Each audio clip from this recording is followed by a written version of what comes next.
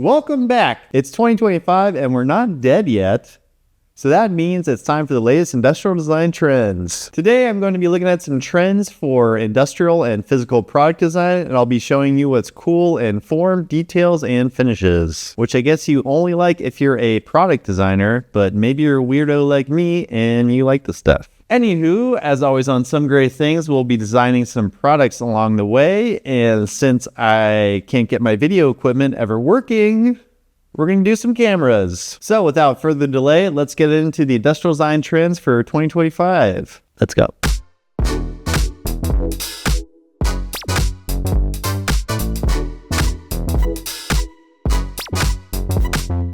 So as always on Some Great Things, we will be looking at forms, details, and finishes. So starting off with our first form trend, we have the Xenomorph trend. The Xenomorph being the alien from the Ridley Scott Alien movies. This form's all about smooth, fluid, organic shapes that look like they're from space. Kind of a blend of like a futuristic and also really natural organic aesthetic. It's almost like it evolved rather than it was built. The Xenomorph style is really good to create like a mysterious vibe. It's also really functional if you like to focus on ergonomics. You can make all these really nice handheld shapes. Creating shapes like this in 3D used to be a big pain, but there's a lot of new tools like AI and organic modeling tools that make this a lot easier. So let's see if we can try to integrate this style into a camera design. So here we kind of have like our blobby camera shape where the buttons kind of flow into the body. Right now it just kind of looks like a big blob, so hopefully we can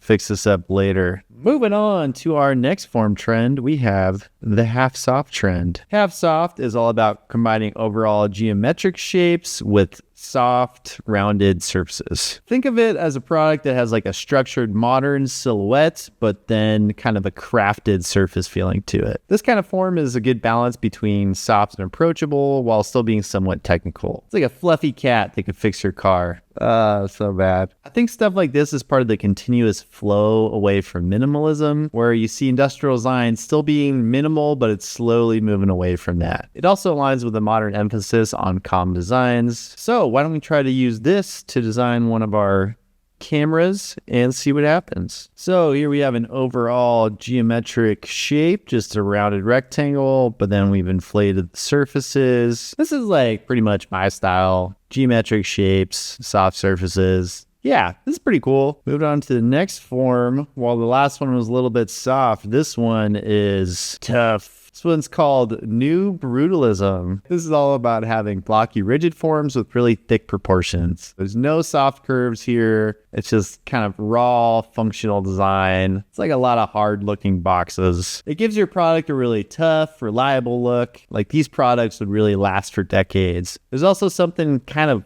cool about it. Like it's not dynamic, but it is aggressive in some way. It's like a middle schooler smoking cigarettes behind the gym. He's probably not going to attack you, but he could. A lot of design recently is pretty soft and friendly, so it kind of makes sense to do something different, which is like hard and a little bit standoffish. Secondly, I think there's a lot of unreliable, really breakable products out there, so it's good to really show your products reliable with like a really bulky, tough form. Let's see if we can use this idea to make a camera. I mean, it's a block. I think it needs some materials and finish on it, but it's a good start, I guess. So now that we've done our form trends, let's move on to our detail trends. The first detail trend is the flowing surface break. The flowing surface break is when you take a big boring surface and add some creases into it to give it a little bit of flow. You see this kind of thing a lot in car design, but now you see its way making to other areas of product design. It's a great way to break up plain surfaces while adding a little bit of dynamics to it. It also adds, I call it the crispiness, like a tasty chip. There's also something like nice and fluid and flowy to it. It feels like somewhat liquidy. You can really make some nice highlights and shadows. You used to see this a lot more in lots of products, especially consumer electronics in like, I think the 90s. But now it's really coming back. And I think people are really rediscovering the style a little bit. Let's take this idea and throw it into our alien camera. Oh, yeah, that's I think that's exactly what we needed. Before it was just kind of a big blob thing, and now it's got a bit more structure to it. We went from having some mashed potatoes to some crispy fries. Moving on to our next detail trend, I like to call the perimeter text. Perimeter text really integrates typography as a main part of the design language, so it's not just an afterthought anymore. You basically place text along the contours of a design to kind of accentuate the form, but also add a little bit of a graphic element. It adds some nice complexity without making things visually messy. It also feels like a sort of premium to me a little bit. Gucci, Gucci, Louis, Louis. Look it up. I think designers are always looking for ways to harmonize the details, and I think that's why you see this trend coming up. People really taking the text that they need to have on a product anyway and really using it as a main design element. So why don't we try to integrate a little typography, see how it looks on the half-soft camera. Beep, boop, beep. Oh yeah, cool. I think that that really did it. It was a little bit boring before, and I think this just kind of added an integrated design element that looks clean. That's good. That's what we want to do. That's what we want to do. Okay. By the way, if you really want to design your own product but find this overwhelming, feel free to get in touch with me, somegreatthings.com.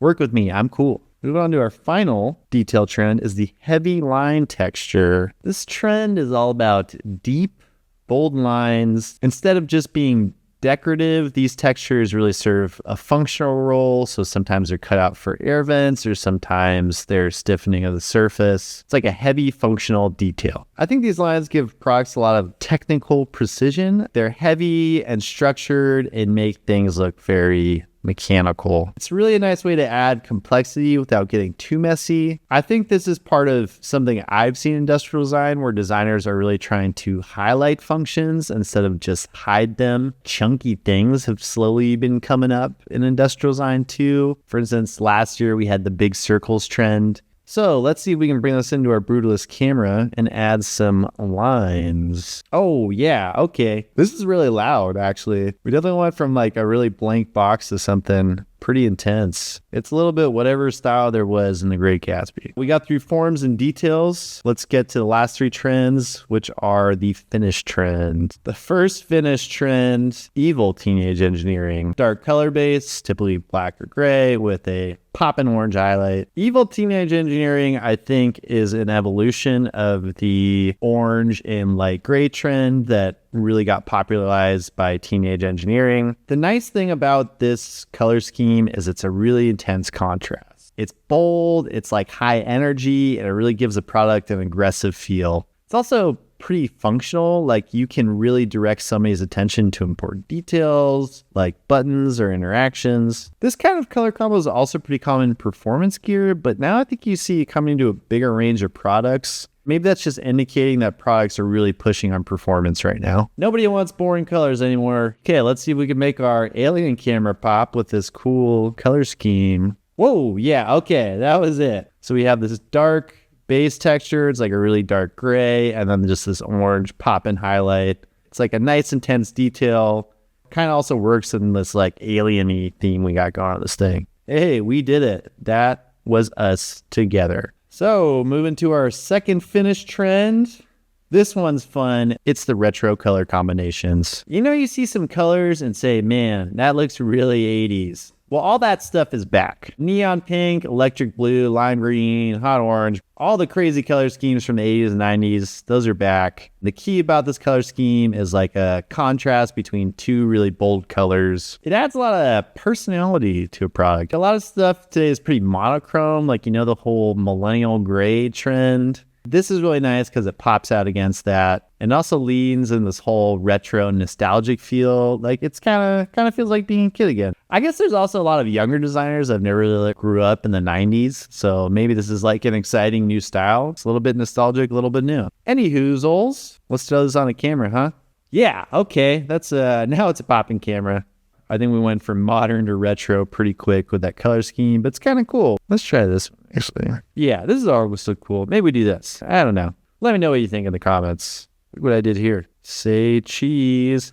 That's what you say when you're taking a picture. This is going off the rails pretty quickly today. Hey, the color of the year. I kind of didn't want to do it, but you know it had to be pink. Total transparency, I almost picked this color last year, but now the hype of the Barbie movie's over and it's still here. So yes, this year, the color you're waiting for was pink. And it's not just pastel pink, it's also hot pink, magenta, dark pink. It's different shades of pink. I actually really like the pink designs. I think they're really refreshing. I think a lot of designers stay away from pink, but if you really just are bold and use it, you can really do some cool, nice, refreshing, modern designs. What's cool about it is depending on the shade you pick, you can either make stuff look soft and inviting or really bold and intense. It's a good way to do something that's different but doesn't feel totally weird. Let's add this into one of our cameras. I think that brutal camera would contrast really nicely with this. Oh yeah, wow. That's intense. It's a pink, brutal camera. This is cool. I'm really digging this, actually.